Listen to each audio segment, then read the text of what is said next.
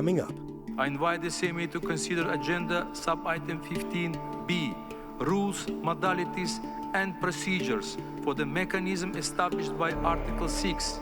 A complicated new system of finance is agreed at the planet's biggest climate conference, meant to give regions like Africa and South America the infrastructure to create renewable energy. We're happy to finally see a framework for international trading of emissions. Decisions made here will provide a really good and robust framework for international carbon markets in the next decades. But the carbon market is fraught with controversy, and technical kinks still need working out.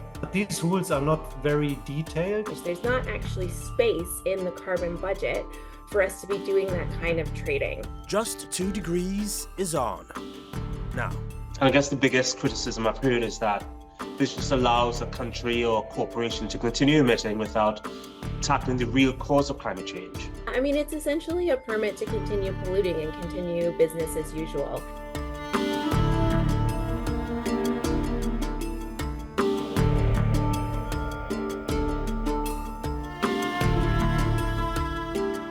There is a system that allows wealthy nations and corporations to purchase so-called credits that, on paper, make it appear as though they aren't emitting as much greenhouse gases as they actually are. Thank you. That was at COP29, where participants agreed on the rules for a global market to transact carbon credits, which are created through projects that avoid or remove harmful emissions. We'll get more examples of that later on. But the agreement gives the green light for a registry to track credits, as well as a bilateral system for nations to trade directly. There were many mixed reactions. Here are a few. Well, this was a long time coming. It was very complex negotiations that took years. We're happy to finally see a framework for international trading of emissions. It's even though it's not perfect and it can still be improved, it's better than no framework and each country deciding themselves what they should do. What about the agreement needs improving? We've gotten comments from Indigenous communities as well as Greenpeace who say that this cannot lead to any type of climate justice or climate solution. These carbon markets are literally putting our lands and territories up for land grabs and to allow the sanctioning of multinational corporations to have a system to sort of simply buy themselves out of continuing to pollute. There are problems with transparency, the reporting. There could be improvements to the reporting and transparency and consequences if things go wrong. On the mechanism, the 6.4 mechanism, there's still work to be done on questions like permanence, and quality of credits, additionality. That work is still going on, and we have to make sure that goes in the right direction and really make sure that projects are additional and doesn't substitute permanent emissions in the atmosphere for temporary emissions removals. What are your comments on those general concerns that carbon markets only allow emitters to continue emitting? Carbon markets, when they work well, are at best a zero-sum game. They replace emissions in one place with emissions in another place, and if they don't work well, then they result to more emissions in the atmosphere.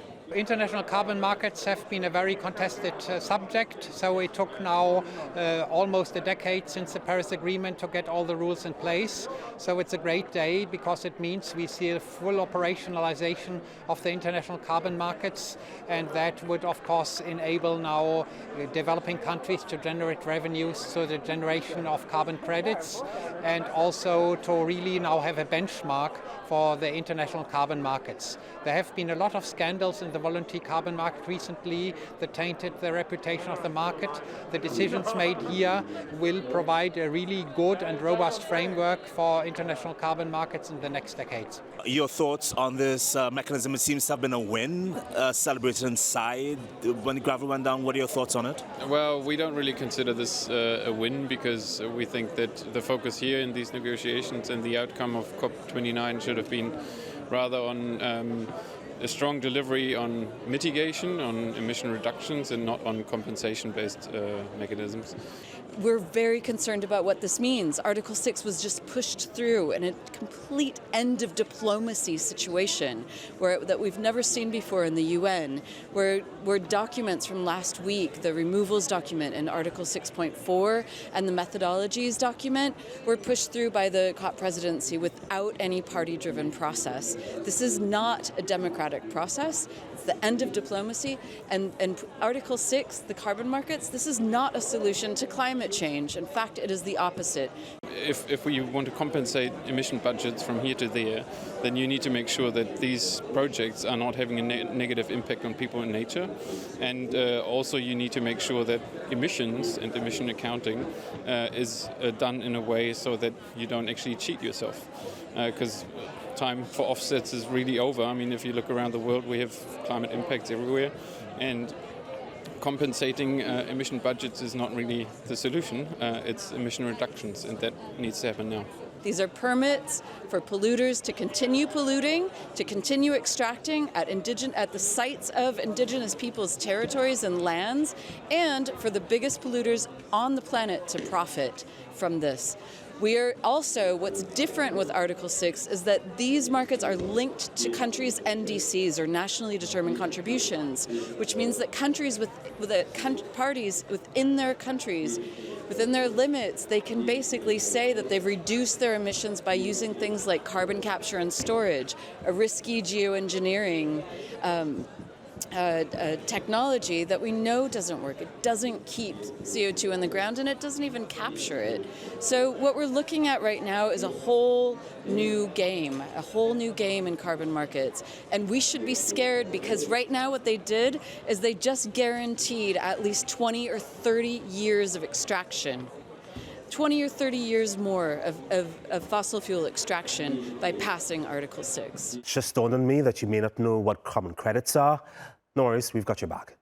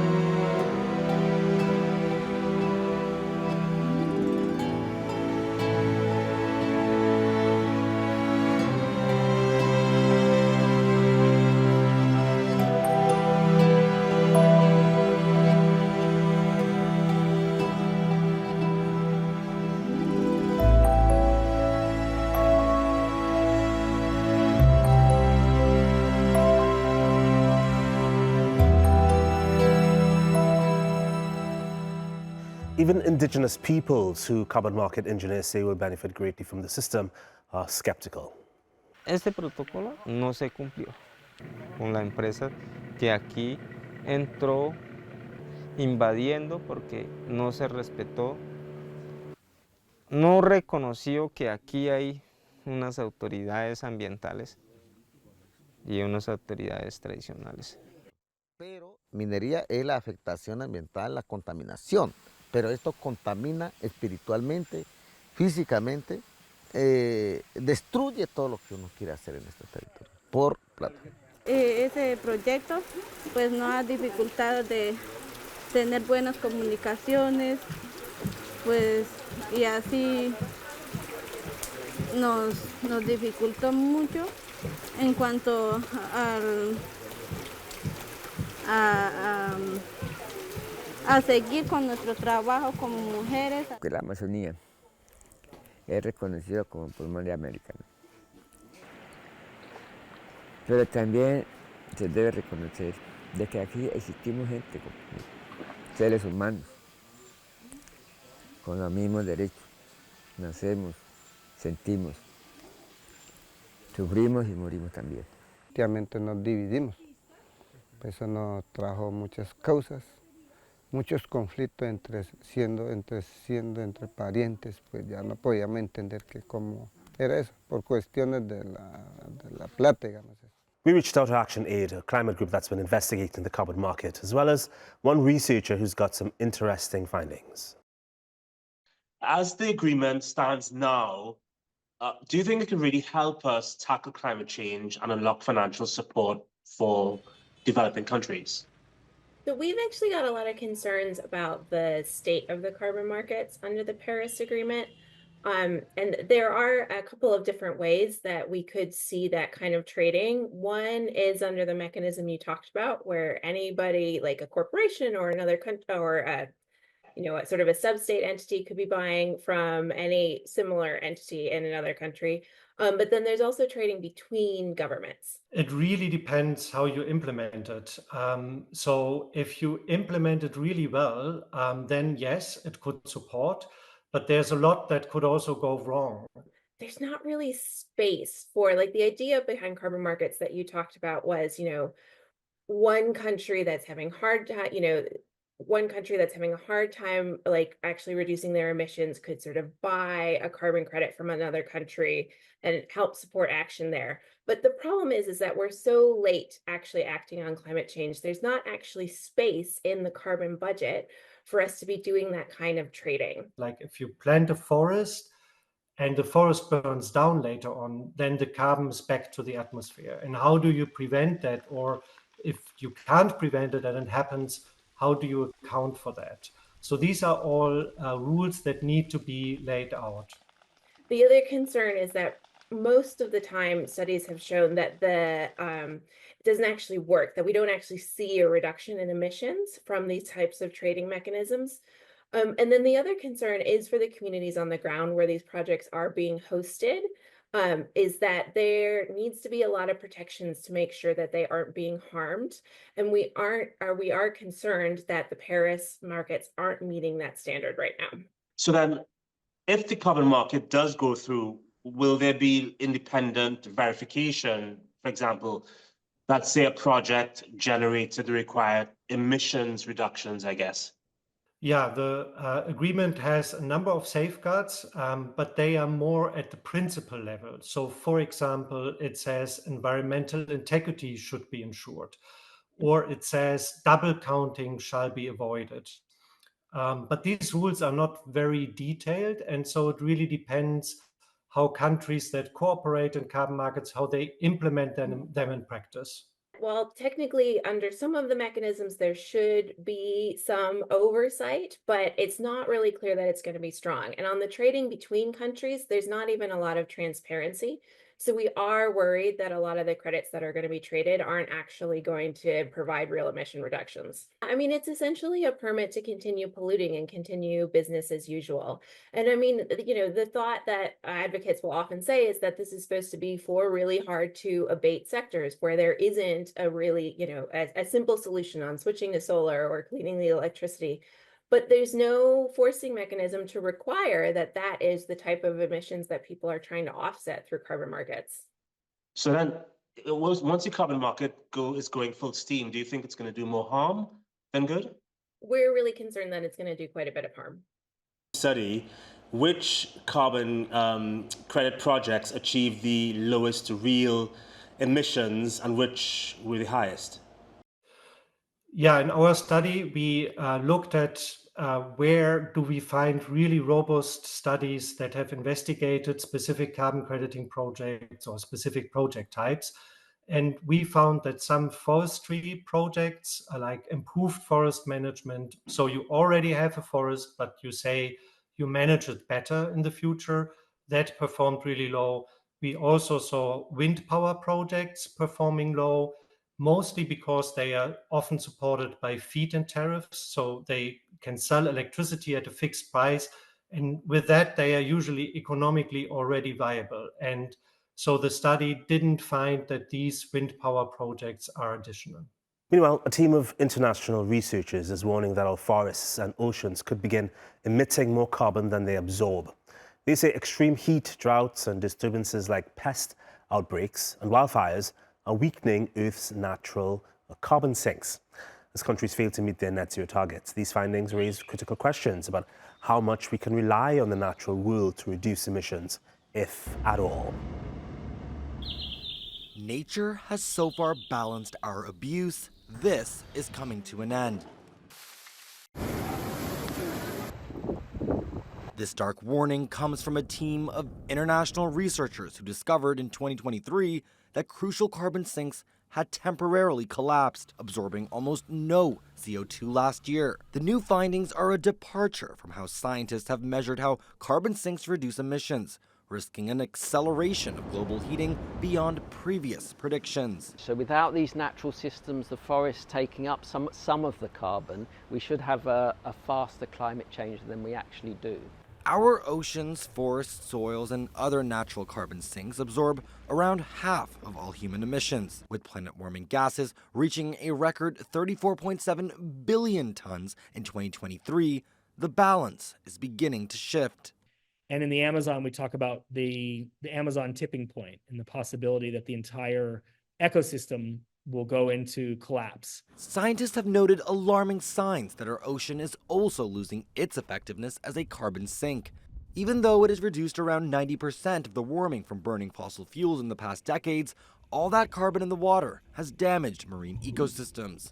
Rising sea temperatures now adversely affect sea life, including coral reefs, which are currently experiencing mass bleaching events. At the same time, the rapid melting of Greenland's glaciers and Arctic ice sheets is disrupting the Gulf Stream. It's resulted in a massive influx of fresh water that dilutes the salinity and density of seawater, which can slow down or even alter the current's flow.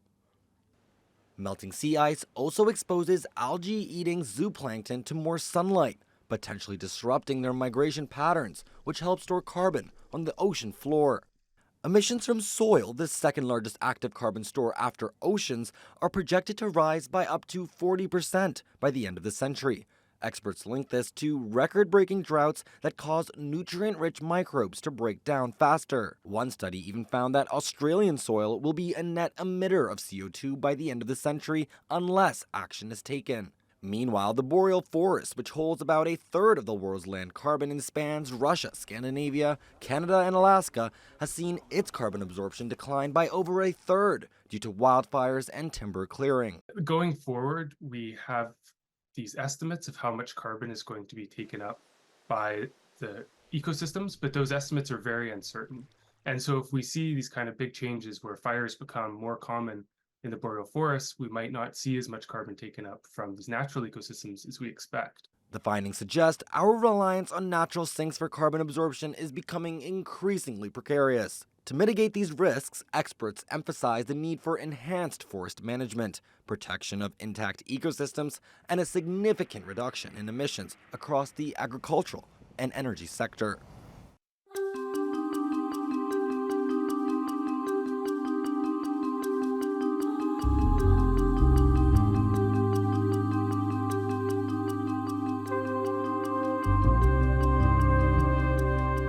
The biggest irreversible change to our planet is that we are driving species to extinction 1,000 times faster than they should be going extinct. Unlike climate change, which is bad enough, if you lose species, you can never get them back.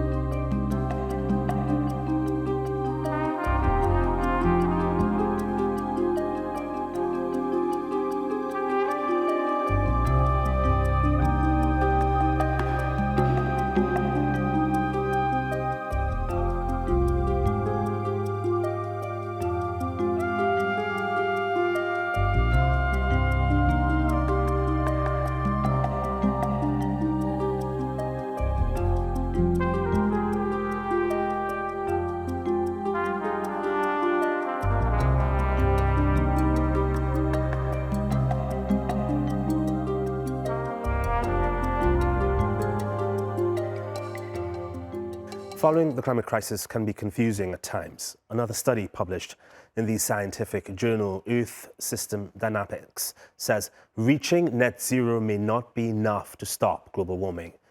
Researchers found substantial long-term climate changes are still possible even if countries achieve their targets. The study used Australia as an example, saying the city of Melbourne could warm by 1 degree Celsius by the year 2060 despite hitting its net zero targets. So, Liam, I've had a brief look at the study that you were part of. I get the impression that it details, or it's about the speed, scale of global warming in the short and long terms, and whether current global net zero targets could turn the tide. But the language of this is very hard to understand. I get that. I'm not a scientist. But do you think the architects of the Paris Accord knew that net zero targets would be insufficient?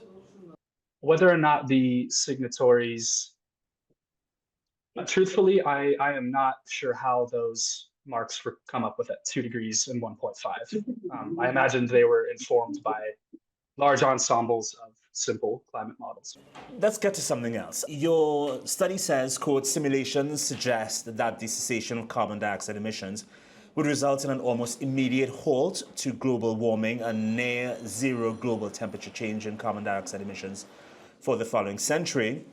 And it goes on to say an emission level very near zero is required to halt global warming in line with the Paris Agreement.